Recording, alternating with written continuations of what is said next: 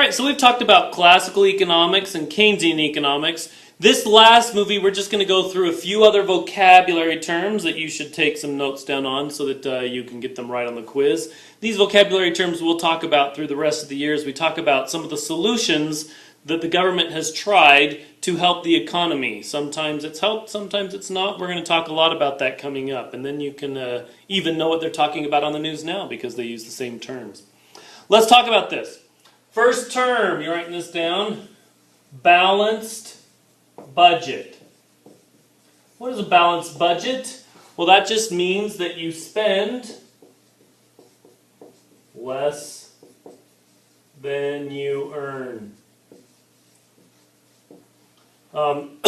So you have enough money coming in. We talk a lot about this with government. Governments talk about whether their budgets are balanced or not. The U.S. budget hasn't been balanced in a very long time. It's been a little good handful of years since it's been balanced. What about the opposite of that? A deficit. A deficit means that you somehow are spending more than you earn. Is that okay? Well, it can be okay if you're doing investments that are going to make you money later. Or if you had money saved up, you can spend. But if you don't have money saved, what do you have to do? You have to borrow it. And I think probably anytime you borrow, you have to be careful about how you borrow. So a deficit is anytime you're spending more than you earn. It's how much you're in the hole every year. Deregulation. Governments do a lot to control businesses to make sure that they're safe and run well and honest. But deregulation means less government control. And then the idea here is that if government is controlling business less, they're more free to grow. If they control them more, then they're not as free to grow, but they're safer and more honest and those type of things. So you have to kind of balance how much regulation do you have, more or less. Let's see, free trade. Let's do that one. Free trade. That means that you will trade with other countries for free. So equal trade with other countries. As opposed to if you have tariffs or duties. Tariffs are fees for trading with other countries. So for instance, maybe if I bought something from France, maybe if I bring something in from France, everything that comes from France, you have to pay 5% government fee on it. Some things for some things and for some countries there are tariffs involved. Some things we have more free trade. The idea here is that free trade helps things move faster, right? Because it costs less.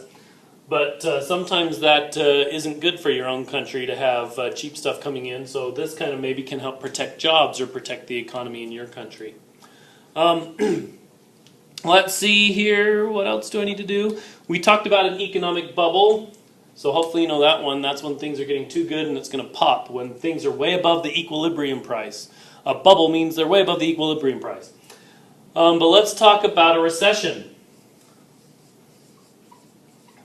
A recession is an extended period of economic slowdown. So if the economy is getting worse and worse for a while, they call that a recession. If it gets really bad, they call it a depression.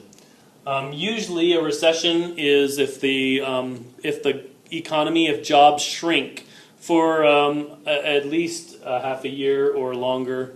There's not a hard, fast definition of it. There are different definitions depending on where you go. But if the economy is slowing down or not growing, it's shrinking. If the economy is shrinking for too long, it's called a recession. Let's see. I want to make sure that I get all the ones in here. A few more. Oh, what was that one again? Redistribution of wealth. You should know this one. Redistribution Am I getting too low at the bottom? Oh, I'm right at the bottom. Redistribution of wealth. That is when it's government's job, or government thinks it's its job, to take money away from the rich people to give it to the poor people so that the money is kind of more equal and fair. Some people think that's a good idea to help the poor people have a better shot and a better opportunity at things. Some people think that's not fair for taking money away from the rich people who earned it. So redistribution of wealth. Let's do a couple more here. We're going to have to erase some of these at the top. If you didn't get them written down, well, guess what? You can rewind the movie. Lucky you. Couple more here. Surplus. A surplus is when you have extra money left over. That's great, right? Extra money left over, especially like if a government budget has a surplus. That means they have extra money. Let's see, a trade deficit. A trade deficit is when you buy more from another country than they buy from you. For instance, a lot of people right now are really concerned with the Chinese trade deficit. We buy a lot more stuff from China than they buy from us. Well, what does that mean? That means that our money continually goes over to China. They kind of like goes over there, and we don't get that money back. They don't buy things back from us, so that our money supply and our economy, continues to go down. In some cases, that's not such a big deal. In some cases, it is. There's lots of people that are worried about that one right now, the trade deficit with China. Last one I want to talk about, and we'll talk about this too when we get more to the 80s, trickle-down wealth. This is the idea that helping the rich become richer will help everyone become richer. Because it's the rich people that hire, they create jobs. They're the ones that buy lots of things. They pay for people to have jobs. So if the rich people have more money, they'll be able to hire more people, and everybody will have more money. So that's an idea. Some people believe that. Some people don't. They think it doesn't work very well. Some people think it's a good way for it to work. But if the rich get richer, everybody gets richer, is the trickle-down wealth idea.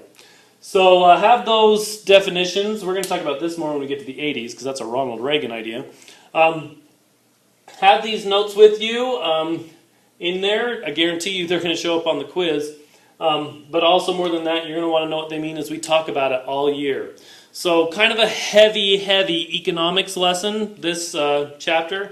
That's okay. The other ones won't be so bad because we're going to talk about how this stuff worked in the United States in the 20th century. You have a good background now, so make sure you got good notes for the quiz, and make sure that you're all ready to talk about economics the rest of the year.